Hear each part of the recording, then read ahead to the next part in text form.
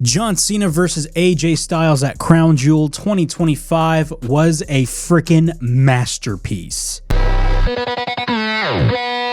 Yeah, I said it, a masterpiece. Two icons of their respective promotions going at it one final time. If I were to sum up this match in one word, it is emotional. This was a love letter to professional wrestling. Everything about this match was just perfect. It was perfect.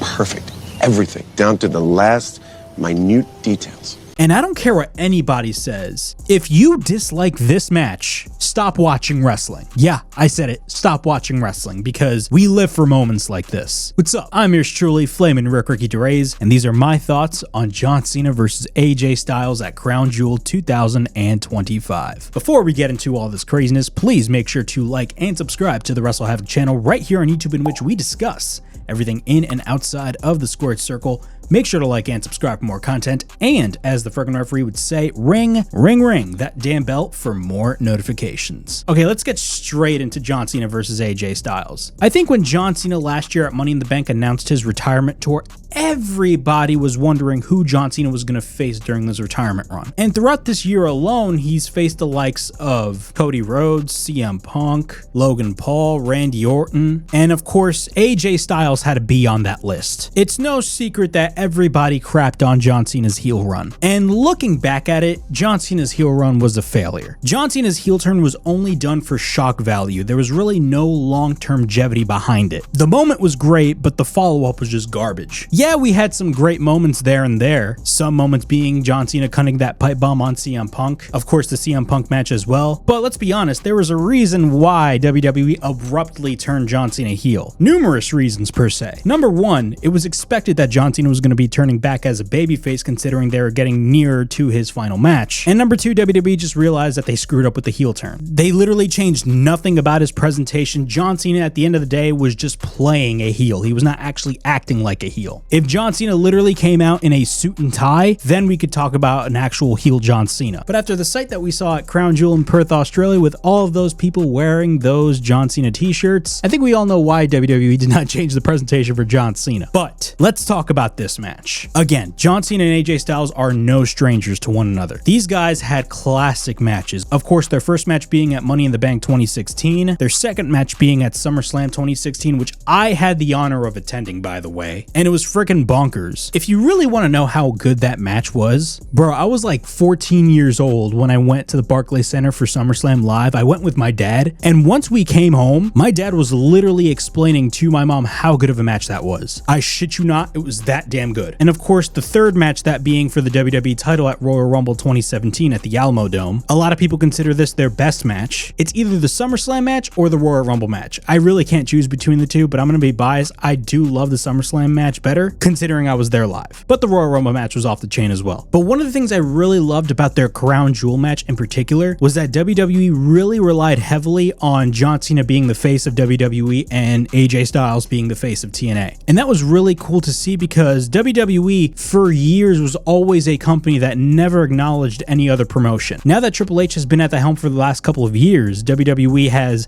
essentially mentioned a lot of promotions outside of WWE. And of course, the main reason as to why they're mentioning TNA now is because they have an ongoing partnership with TNA, which is benefiting TNA greatly. But I do have my theories behind the whole thing. But that's another video for another time. But let's get straight into the match. Okay, we got to start with this, because I don't know about y'all, but I marked out, and I know a lot of y'all marked out as well. AJ Styles came out in his classic TNA attire. Now, I'm not gonna lie, he looks a little weird considering AJ Styles is a little older, but still, it was freaking awesome to see. But fun fact, AJ Styles wore this exact same attire on TNA's Spike TV debut show. And what's even crazier is that TNA's Spike TV debut happened 20 years ago to the month. Yeah, and if you really want to go deeper, a couple of days before the Spike TV debut of TNA, WWE had their last broadcast on Spike TV, and the last visual was John Cena being put through a table. That was literally the last shot of John Cena on Spike TV. Meanwhile, a couple of days later on that Saturday night, the very first TNA match you would see is an AJ Styles match. Maybe I'm going a little bit too deep into that, but still, it's freaking awesome to see. And speaking of tributes, we got to talk about some of these moves that John Cena and AJ Styles have been pulling. Because let me tell you, man, I was marking out when they were doing these moves. So was the crowd in Australia. There's There's literally a whole list of wrestlers that both John Cena and AJ Styles paid tribute to during this match at Crown Jewel. And a lot of these tributes were guys that AJ Styles and John Cena had history with in the past. So for example, AJ Styles applied the Coquina Clutch, which was Samoa Joe's move. AJ Styles has a huge history with Samoa Joe. AJ Styles also hit the Angel's Wings, which was of course Christopher Daniels' move. And AJ Styles of course is involved in arguably the greatest TNA match of all time, that being AJ Styles versus Christopher Daniels versus Samoa Joe at Unbreakable 2005. AJ also hit the Scorpion Death Drop, which of course is in tribute to Sting because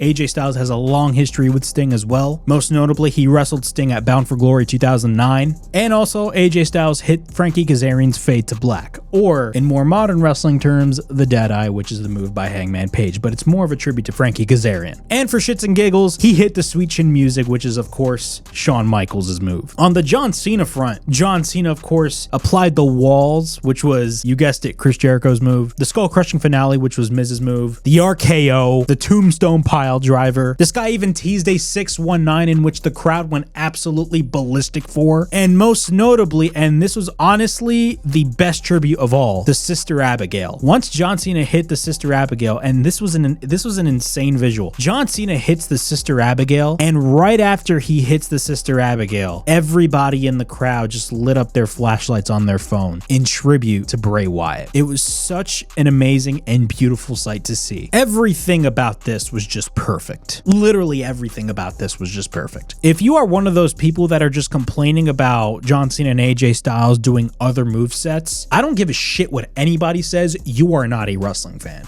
Go fuck yourself. We live for moments like this. And what's even crazier is that this is the last time that we are ever going to be seeing John Cena and AJ Styles in a match together, because John Cena has only 4 dates left. Meanwhile, AJ Styles is going to be retiring next year in 2026. The fact that we were able to get a match like this, honestly, bro, I'm happy and I'm blessed. I think we're all blessed as wrestling fans. At the end of the day, this match was a freaking masterpiece. This match was all about one thing and one thing only, and that was legacy. Not just John Cena's legacy, but also AJ Styles' legacy. And you know what, man? I almost shed a tear. I shit you not, I almost shed a tear. If you literally want to put this as the match of the year, I will not get mad at you at all, because I would put it as my match of the year candidate. I'm being dead serious. As Michael Cole would say it best, enjoy this while you can, because we only got 4 dates left in John Cena's retirement tour. And each of those 4 nights are going to get more emotional and emotional as time goes on. Enjoy this while it lasts, because these are going to be the last times that we're going to be seeing John Cena compete, and I'm 100% here for it. Because at the end of the day, without John Cena, I wouldn't be a wrestling fan. And you probably wouldn't be a wrestling fan if you're my age, if it wasn't for John Cena. But yeah, that was my video on John Cena versus AJ Styles. God damn, what a match. Please like, subscribe, comment down below,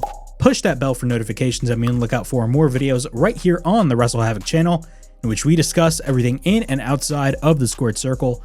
Make sure to like and subscribe for more content, and as the friggin' referee would say, ring, ring, ring that damn bell for more notifications. And as always, it is yours truly, Flamin' Ricky DeRays, signing out. I'll see you guys all in the next video. Peace.